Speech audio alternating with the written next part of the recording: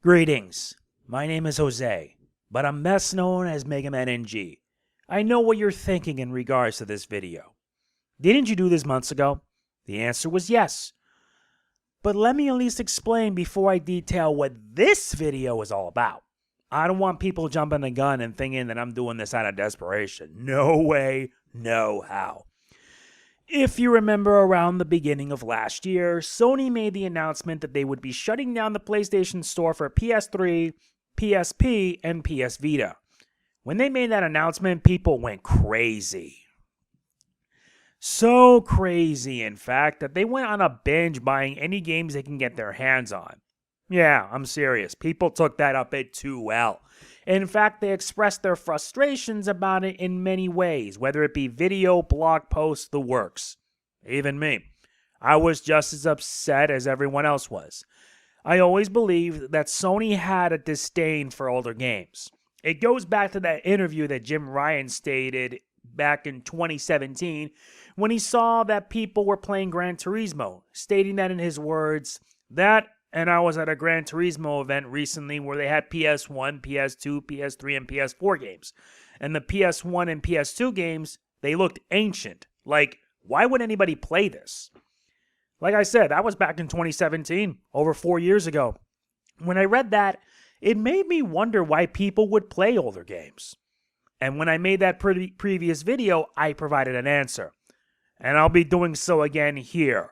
Not once, but twice, just to hammer it home. So, Jim Ryan, you want to know why we play older games? The answer's simple. Because older games are better than the ones we have right now. Back when we were kids, when we bought games, they were complete. No microtransactions, no DLC, no nothing. If the game we bought is good, we would enjoy it. If the game we bought is bad, then we would know and let others know how bad it is. Games nowadays either come incomplete, filled with microtransactions for the purpose of greed, or just be full online-only games for the purpose of profit. It just doesn't feel right anymore, and I doubt it's going to change anytime soon. With what's been going on with Sony this year alone, I am now more gung-ho than ever to do this. I know convincing you guys just won't be easy, because let's face it, I've tried. It's not like anyone would want to listen to a creator who's not as well known. So, yeah, let's get on with my reasons for doing this whole fundraiser and why I want to save the PlayStation legacy. This is the V2, version 2. It's an improvement over the first one, but yeah, I canceled the first one because Sony reversed their decision.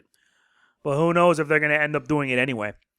Let's begin with reason number 1, game preservation. Yeah, obviously.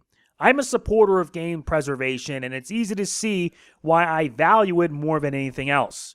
With gaming heading into an all-digital direction, it gives me a sense of concern. Because with all digital, basically it can mean that even if you do own a game you bought, it can be taken away from you for whatever reason. Yeah, there have been many games that were delisted for one reason or another, biggest being licensing reasons. An example was the PSP and PS2 ports of Grand Theft Auto Vice City Stories. It was delisted in 2017, and it's mostly due to one reason: Phil Collins. Phil Collins was in the game, and he has an importance in this set of missions. And the fact that Rockstar wouldn't want to deal with licensing issues is enough for them to remove it. Example aside, I want to make sure that every game that there is preserved. Or rather, how I put that, every game that's there is preserved so that future generations can see what they're about, what the games are, and hopefully what they can do. If that isn't a reason, I really don't know what is. That and the retro market is getting really ridiculous, with some physical copies of games getting more expensive than others. Honestly, I just dislike that. Now comes reason number 2. Potential YouTube playthroughs. Yes, this is just like in the previous video, but in case you need a refresher, here's why. You guys know that as of today, I have ordered an HDMI splitter. That's needed in order for me to record PS3 games because the PlayStation 3 has built-in HDCP, high definition copy protection, meaning you can't turn it off. It's only in the PS4 and 5 that you can be able to do so. We all know that the PS3 has a library that's huge, whether it be PS1 classics, PS2 ported games, and even PlayStation 3 games. If I had a PS TV, that would be expanded to include PSP and even certain PS Vita games. And yeah, the PS TV also has HDCP. What a shock. Getting games like these would not only expand the library I have, but would also provide a lot of opportunities for me to cover them on this channel.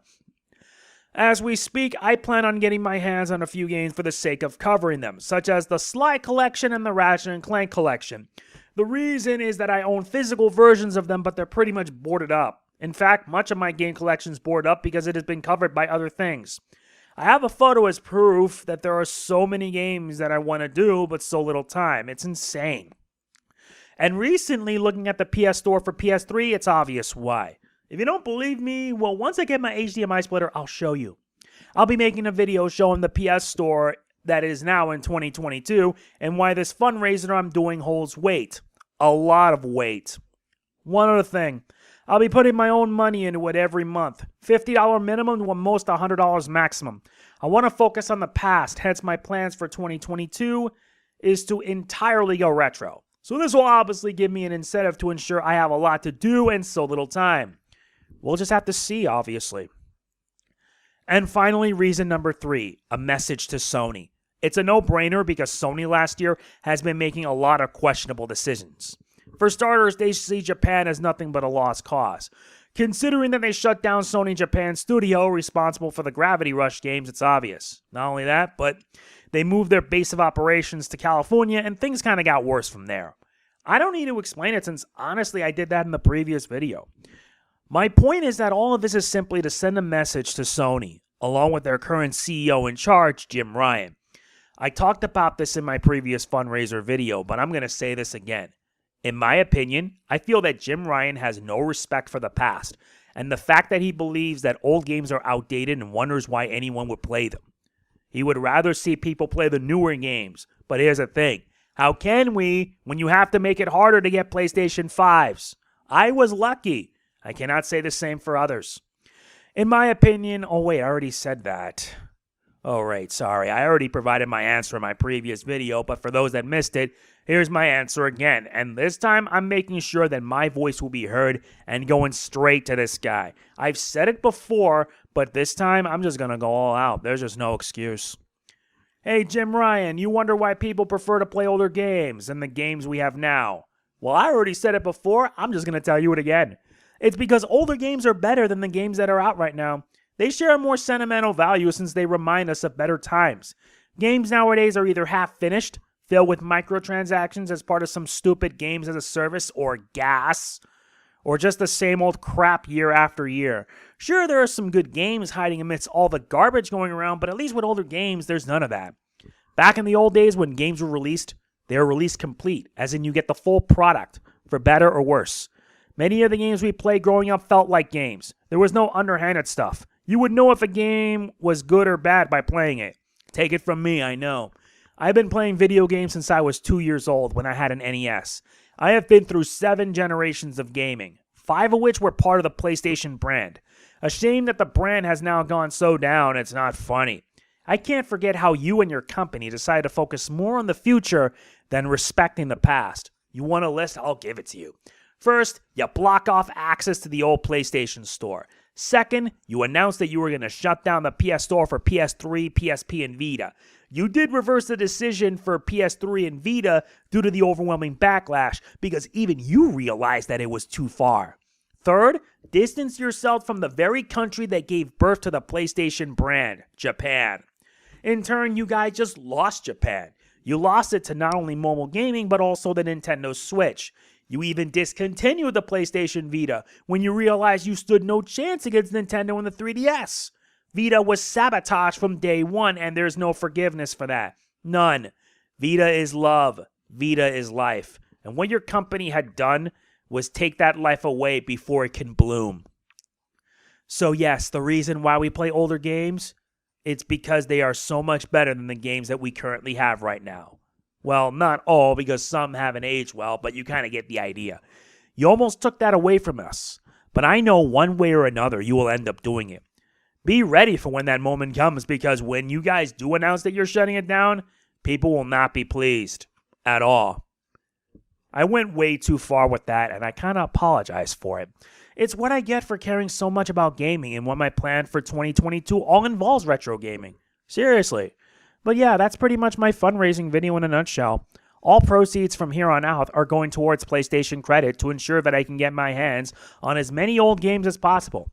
I already stated my reasons why I'm doing this, but I don't know if it'll be enough to convince any of you.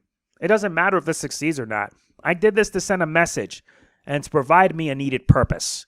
But if you are convinced by my reasons and want to help, here's how. In the description below is a link to my PayPal. The link is www.paypal.me/legacy2x. LGACY Feel free to chip in there. Any amount is good. And also be sure to include the hashtag #SaveThePSLegacy. That way I'll know who it was that contributed to this. This isn't mandatory, not one bit. It's optional. Besides, I'll be putting my own money to make this possible. Remember that my plans for this year are to do retro games, and this is a perfect opportunity to make it possible. If you're unable to donate for whatever reason, feel free to share the video.